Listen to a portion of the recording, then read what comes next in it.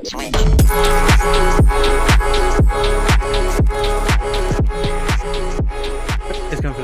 welcome back to the Director of Football Journeyman with me, FoggyPlays, on FM21 with Angers. We are just getting our youth intake, and it's fine, I guess. We have two decent looking players. Dieter Janssen, who is a French central midfielder, 15 years old, also has Belgian heritage. He looks meh. He's fairly determined personality, has good determination. Other than that, he's not the worst. He's technically meh. Mentally, he looks acceptable, I guess, and physically he's not great, but there is potential there, which is what you would like to see. And we have a goalkeeper called Regis Aubry, who is a 3.5 star potential goalkeeper. Has a tendency to rush out, but is also fairly professional. Decent determination. I don't know if he's ever going to be a first team player, but decent player. We had two players come through our youth intake from different clubs. So Jonas Gautier came from Le Mans. He's a fickle personality. Again, tendency to rush out. Quite good reflexes, decent determination. Bravery is alright. So if it was me, I would sign these two guys purely because they came through our youth intake. We stole them from someone else, basically. This guy, even though he's got a 2-star potential and he's a realist, he doesn't actually look that bad. Like, I would definitely sign this guy and hope for the best, because it doesn't look terrible. So we're going to go through it and see who the Direct Football decides to sign, because the game they're playing is tomorrow. So we should find out before the game against Nantes whether or not we're signing any of these players, or if we're just going to sack most of them off. But like, if it was me, I probably would sign the guy from Mali, Morocco, the Congo. Definitely sign the guy from Madagascar, because that's just, I like to have random players in my team. Didn't even look at this guy before. Fairly professional, left back, decent tackling, good work rate, determination, aggression, balance. He's not very strong, but still, the guy, I'd give him a chance because they're from a different country, because we've stolen them away from their families. Not in that way. It kind of sounds like slave labor, doesn't it? But like, the Mali striker has good physicals for 15. Good technique, good flair, good teamwork, decent determination, balanced personality. The guy's not terrible. So like, hopefully we sign some of them, because our under-19s, I don't think we have a very small under-19s. So I would imagine a lot of these players are going to get signed up to play for the under-19s. But since we were here last, it's been a time. We're down to 7th. Although I don't know where. I think we were 7th when at the end of the last episode as well. But games have been spicy. The last episode the last game you would have seen was Nice after our manic transfer window. We went and got beaten by Leon. Skov scored a brace. Goddamn you, Skov. Clates would be delighted to see Skov score a brace. Thorsbury scored in the 92nd minute when I felt like we were on top. Then we went and beat Lille 5-2. Jonathan David scored a brace for them, but Mbe Niang scored. Chayufa got a brace.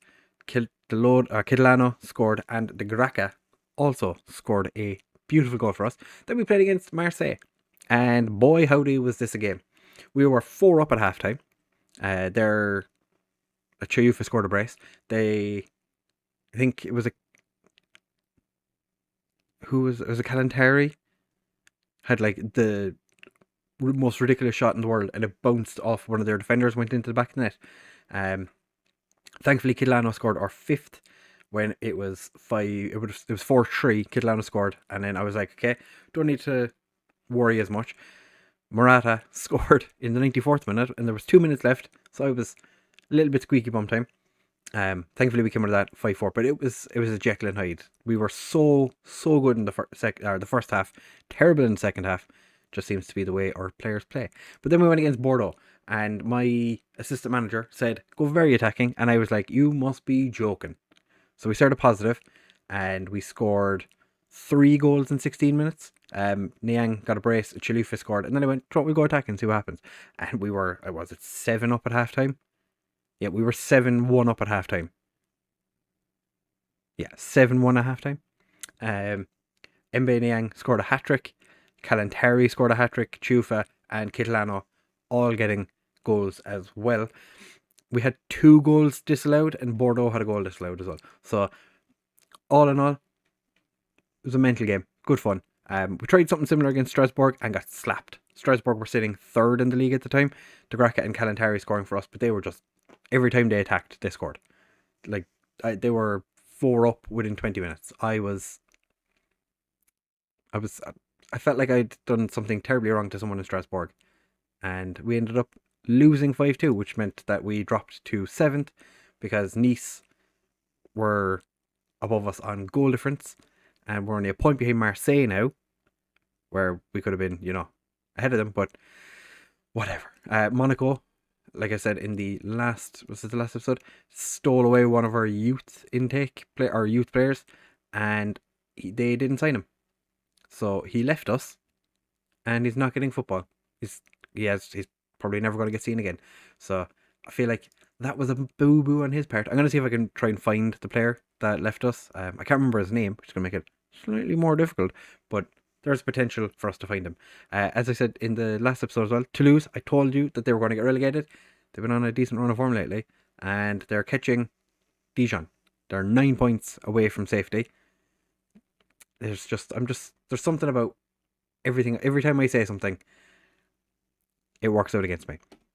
So that's everything caught up for right now. In this episode, we're going to play Nantes and potentially Guingamp, depending on how long the Nantes game goes, because I have spoken quite a lot at the start of this.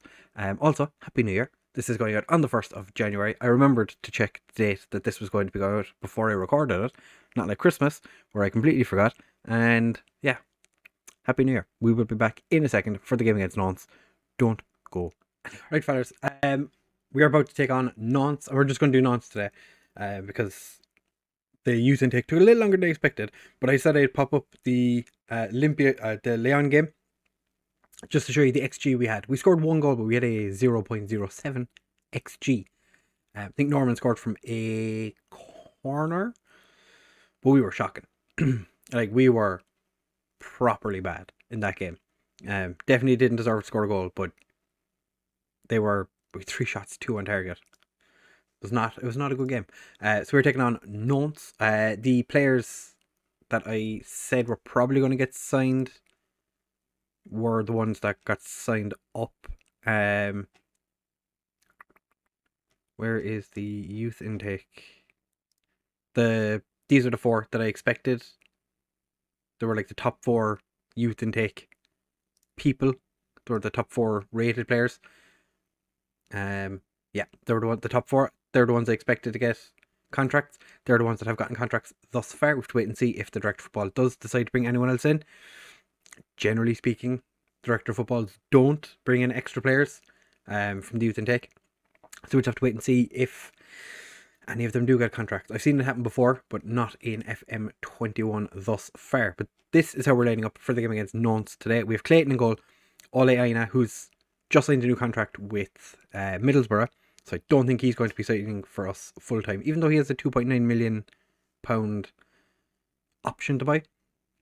Donfak is going to start at left back, Inache and Nathan starting as our central defence.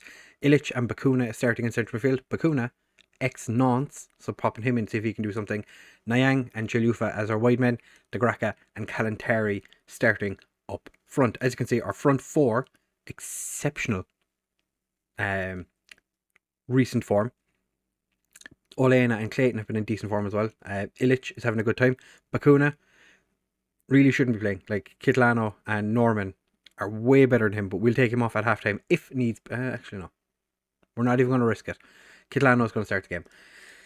I don't think Bakuna is going to do enough to warrant the potential of him scoring a goal in this game. I feel like he'd make more mistakes or just not play good enough.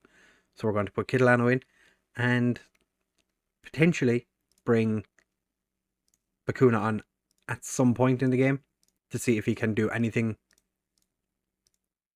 at all, which would be nice, because in the few games he has played, he has been meh at best. 6.54 average. It's not really good enough to keep, especially to keep in our first team, where our midfield is quite strong now. Like Ivan Ilic, Kitolano have been fantastic. Norman, whenever he's stepped in because of injuries or suspensions, he's played quite well as well. So to take any one of those three out just to play Bacuna against his old team would be terrible and justified in my decision. Kitolano sets up Chilufa to score the opener. I think it was Kitolano, or did it go to Kalantari first? Yeah, Kalantari heads it down to Chilufa, but the assist to the assist was Kitolano. If that was Bacuna, would he have done it? Probably not. So again, justified in my decision. Half hour in, we've lots of players in one area. Kalantari cuts inside. Looked like that was going to go wide. Thankfully, the Nantes keeper keeps a hold of it. We are still attacking, which, to be quite honest, I only just realised. But we're going to leave it on attacking because it seems to be working. The Graka has fallen off form recently, and I'm not sure why. He's been training quite well. He's just not been getting involved in games. He does pop up with a goal every now and again, but it's really difficult to start him. And he is our best player, so you would imagine that he'd still be able to pop up with goals, but he's struggling. Nathan, again, as per usual, Nathan struggles pretty much every game, but he does have moments of brilliance, so he does get to play the majority of games, because in saying that, he is also our best centre-back, so he rarely makes massive mistakes. But Mbe Niang steals the ball away, shoots from distance, and nothing comes of it. Fantastic. But the Nantes players not happy with whatever their coach is after saying to them. Clayton playing in the lovely red kit. Oh, Kalantari absolutely boshes that into the back of the Kalantari. He is a striker. He's very much a goal scorer. It is hard for me not to play him out in the wing because he can be so effective on the wing as well. But just when he gets opportunities like that, you just have to look at it and just be like, oh, chef's kiss, mwah, perfect. Nantes have brought Blessing on up front. I think they're looking for a blessing of a goal. We're going to bring Embolo on as our striker. Kitolano, he's had his chance. Just give him a bit of a rest. He's a little tired, not playing exceptionally well. So we're going to bring on Bacuna, see if he can do something against Nantes today. Because like I said previously, he's been pretty trash. Now Ilic is dead, so I should have probably taken Ilic off. But we've made our change. We're going to live with it. Chilufa, I'm going to say that was a cross. It obviously wasn't, but I'm going to say it was a cross. That was terrible. I feel like maybe I need to take him off just for that. Just for that mistake. Mbe Niang is going to move over to the right. Going to put Kalantari, or Niang is going to move on to left. Kalantari is going to move to the right.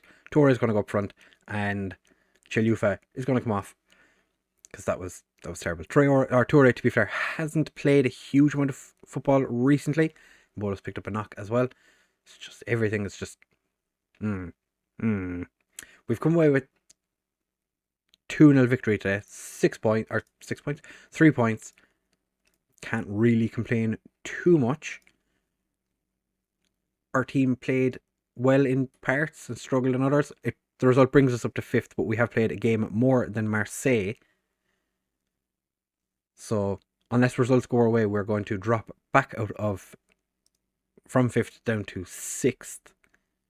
But Bacuna does get one over, even though he played 20 minutes, maybe.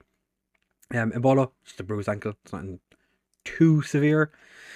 And now we're on the home stretch to the end of the season. Next episode is going to be Brest and Monaco, potentially keeping us in the top 5, which would be fantastic for our finances, because 5th is 10 million and we are hemorrhaging money. Our biggest cost is wages and transfer expenditure. Okay, we have a lot of transfer debt. Yeah, once we clear all that, we'll be fine. But as it is right now, we are struggling. And we sold 200,000 in players. As it is, if we keep doing this, we're going to be hugely in debt. Yeah, but this doesn't take into account prize money. So we're just going to keep going as we are. Like I said, next episode will be Brest and Monaco. So if you have enjoyed this episode and you look forward to seeing how we're going to get on in the next episode, please do make sure to leave a like, comment and subscribe. Share with all of your friends, and I will see you in the next one.